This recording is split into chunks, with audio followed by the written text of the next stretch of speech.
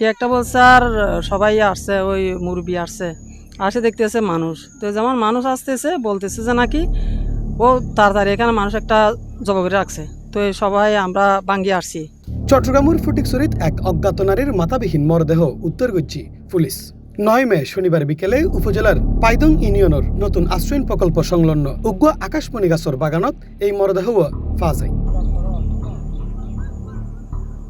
স্থানীয় সূত্রে জানা যায় বিকেলে কয়েকজন শিশু বাগানত কালাহাইতু জেলি উলঙ্গ অবস্থাত মরদেহ ফুরি থাকতে দেহিরে আশেপাশের লোকজনরে খবর দেয়। পরে বিষয়গুলো এলাকাত ছড়াই ফেললি উৎসুক জনতা ঘটনাস্থলত বীর জমে। তবে মরদেহতুন তীব্র দুর্গন্ধ ছড়ানোর কারণে অনেকেই ঘটনাস্থলের হাসাহাসি যাইতে না পারে। পুলিশ জানায় মরদেহর মাথা বিচ্ছিন্ন ছিল এবং শরীরত পছন্দরাই তা বিকৃত অবস্থাত পাওয়া গেই। ফলে এখনও নিহতের পরিচয় শনাক্তকরণ সম্ভব নয়।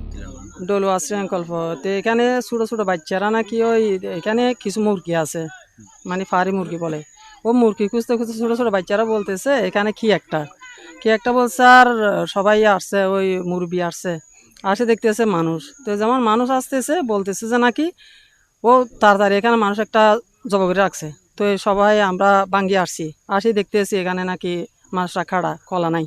তো ওই ছোট বাচ্চারা ওই ফারে বন্যকুরু আছে না, বন্যকুরু ওই দৈত্য এরা ওই আইসে এখানে। হ্যাঁ, এরা মানে তারা দেখে দৌড়ে যায়, এরা বলছে মানে এখানে কত কি এই গরুর মতো লাগে, ওই মানুষের মতো লাগে, গরুর মতো লাগে, মানুষের মতো লাগে। তো আমি আইনগুলো দেখলাম, দেখতে আমি তো লাগে গরুর মতো, কাছে লাগে দেখি মানুষ।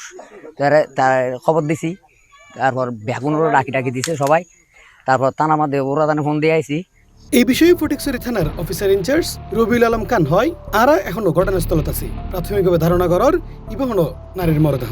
আশেপাশে এলাকার তল্লাশি চালাইলে বিচ্ছিন্ন মাথা উদ্ধারের চেষ্টা চলে। পাশাপাশি মরদেহর পরিচয় শনাক্ত হাজ করার। লাশ পাওয়া গেছে জঙ্গলের মাঝে, পরিচয় ডিটেক্ট করা যায় নাই, সিআইডিপিকে ডাকছি, লাশ মর্গে পাঠাইলে ওরা ওটা ইয়া করবে। C+ চট্টগ্রাম।